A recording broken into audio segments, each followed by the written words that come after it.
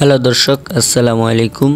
শাহাদাত TV Bangla YouTube চ্যানেলের পক্ষ থেকে সবাইকে জানাই আন্তরিক শুভেচ্ছা ও অভিনন্দন।